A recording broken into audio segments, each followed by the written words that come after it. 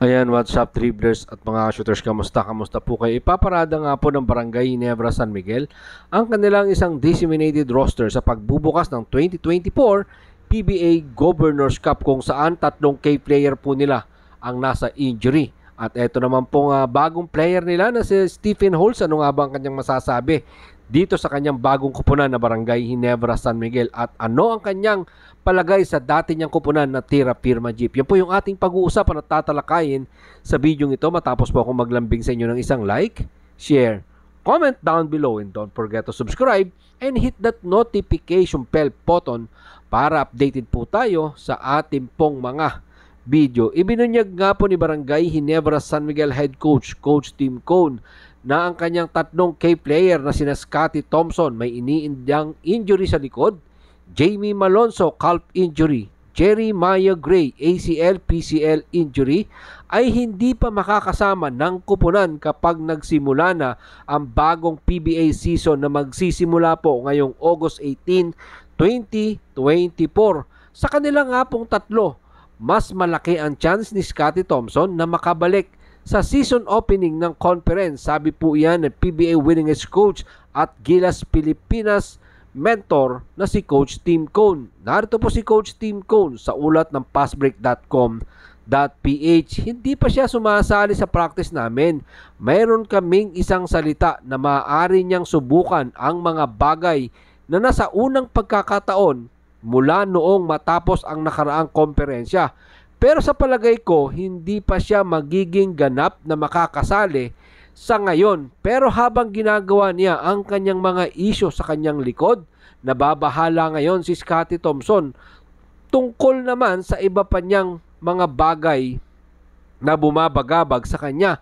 Kabilang na nga po dyan ang kanyang injury sa daliri sa paa at mga buto na may kaugnayan po sa kanyang likod. Marami pa siyang mga bagay na dapat ipag-alala. Ayon po yan kay Barangay Ginebra San Miguel Head Coach, Coach Tim Cone. Medyo may alinlangan pa po kay Scotty Thompson sa kanyang muling pagbabalik dito po sa pagbubukas ng PBA Governors Cup. Siyempre, aasahan natin, ikaw, ako, tayong lahat, yung mga kabarangay dyan, di ba? Inaasahan ninyo at gusto nyong makita si Scotty Thompson na muling maglalaro, di ba? Hopefully, as soon as possible, makita natin si Scotty Thompson with RJ Abarientos, Stephen Holtz, Paul Garcia. Nakaka-excite kasi mga shooters na tingnan ito pong mga ito maglaro sa loob ng hardcourt na magkakasabay. Si Scotty, Paul Garcia, etong bagong hugot ng Barangay Ginebra sa Stephen Holtz, at syempre ang kanila pong rookie sensation na si RJ Abarientos. Silipin naman po at tingnan natin ang injury, lagay ng injury naman ni Jamie Malonzo. Si Jamie Malonzo nga po ay hindi na talaga natin makikita ngayon pong buong Governors Cup, habang si Jeremiah Gray naman ay pwede pong makabalik sa mga huling bahagi ng komperensyang ito. Pero depende pa din po iyan sa kanyang mabilis na recovery. Narito po si Coach Tim Cone sa ulat pa din ng passbreak.com.ph. Si Jamie Malonzo sa kabilang banda ay labas na siya sa mga susunod na 2 hanggang 3 buwan, o marahil 3 hanggang 4 na buwan. Hindi ko siya nakikita na makakabalik ngayong conference. Yan po ang mga sinabi ni Coach Tim Cone patungkol naman kay Jamie Malonzo. Baka hanggang November pa nga ito mga shooters, hindi pa natin makakasama.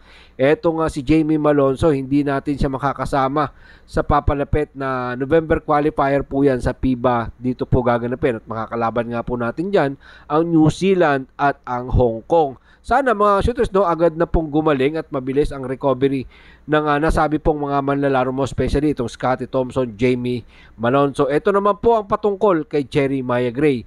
Hindi pa rin bumabalik si Jeremiah Gray. Mukhang nasa 1 o 2 buwan pa siya bago makabalik. Ngunit nananatili kaming may open spot para sa kanya. 3 sa mga impact players po ng Barangay Ginebra San Miguel ngayong conference ay hindi po talaga makakabalik. But still, mga shooters, wala po tayong worries dyan, kasi mga shooters, sa mga kabarangay, meron naman po silang 5 bagong manlalaro ngayon sa pagbubukas po ng 49th season ng PBA Governors Cup. Andyan po sina number 1 Rookie of the Year candidate Stephen Holtz, 'di ba? Nandyan si Isaac Go, Benedict Adamos at ang rookie sensation na si RJ Abarientos at ang nagpakitang gilas na rookie na si Paul Garcia. Yan po yung mga bagong muka na aasahan natin na maglalaro at magbibigay ng magandang laban sa pinakasikat na PBA ball club. Kahit nga po nawalan sila ng mga tatlong key players na sina Christian Stan Hardinger, diba, Stanley Fringle, Sidney Onmovere, at ang sa pagkakaalam ko pa po ay wala na rin po sa kanila etong si David Morel. So titingnan natin mga shooters, no, kung ano nga ba magiging kampanya ng Barangay Ginebra San Miguel without Stanley Fringle, without Christian Stan Hardinger. Ito naman po mga shooters, injured player, sina Scotty Thompson, Jamie Malonzo, Jeremiah Gray. Pero para sa akin, mga kabarangays, lalo na po yung mga barangay fans, no, walang dapat ipag-alala. Kasi malakas pa din naman ang Barangay Ginebra, lalo ngayon muling magbabalik ang kanilang magic import na si Justin Noypi Brownlee. Para sa mga kabarangay, mga shooters, no, wag po tayo mag-alala dahil mayroon pa po kayong Justin Brownlee, saka mayroon pang multi-awarded coach na si Coach Tim Cone. Ito naman po, pag-usapan naman po natin ang bagong Barangay Ginebra players na si Stephen Holtz. Ito naman po ang kanyang mga sinabi ni former Terra Firma Jeep shooting guard Stephen Holtz na ngayon nga po ay nasa panig na ng Barangay Ginebra San Miguel matapos ang trade ng Barangay Ginebra San Miguel at ng Terra Firma Jeep. Malaki nga daw po sana ang chance ng Terra Firma na makakuha ng kampiyonato kung nananatiling buo ang kanilang kupunan na nagpahirap sa San Miguel Beermen last PBA All Filipino Cup Conference. Narito po ang sinabi ni Stephen Holtz sa ulat ni Justin Bacnis ng Tie Breaker Time. Hindi ko sasabihin ang isang taong kampiyonato sa loob ng isang taon o dalawa. Pero sa palagay ko, kami ay papunta na sa direksyon na iyon na ng pagiging isang perennial playoff team. May punto naman po dito si Stephen Holtz, no, sa mga sinasabi niya. Doon sa mga sinasabi ni Stephen Holtz, so talagang champion contender na rin sana.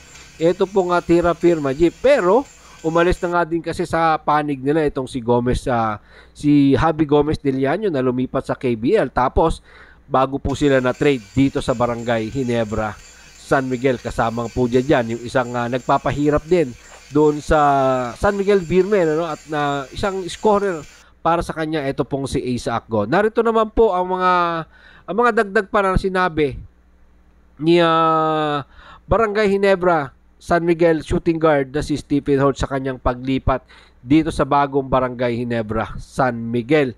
Sa ulat pa din po yan ni Justin Bacnis ng Tiebreaker Time. Sa tingin ko, ang pinakamagaling na bahagi ng aking paglipat sa isang bagong kupunan dito ay ang kultura na nakatakda na. Nandoon ang mga inaasahan. Alam ko ang ibig sabihin ng pagsuot ng jersey na ito. Makikipagkompetensya kami para sa kampiyonato. Sabi nga po yan ng bagong Barangay Ginebra San Miguel na si Stephen Holtz. Well, asahan natin na magiging magandang ipapakita ng bagong player ng Barangay Ginebra San Miguel. Nawalan nga po sila dito ng isang Christian, nawalan sila ng isang Stanley Fringle, nawalan sila ng Sidney Onmovere at yung mga injury player nila. Pero makikita naman natin yung mga pumalit ay talaga mga potential player, di ba? Asa Akgo, Stephen Holtz, RJ Abarientos, tapos magpakita pa ng matikas na laro etong Paul Garcia sa Barangay Ginebra San Miguel. Well, titignan natin mga shooters kung ano ang mangyayari dito sa Barangay Ginebra San Miguel ngayon pong papalapit na 49 season ng PBA. Maraming salamat po sa inyong panonood. Ano naman po ang inyong maging opinion, dyan po natin yan pag-usapan sa comment section. Ingatin, God bless everyone. Adjourn.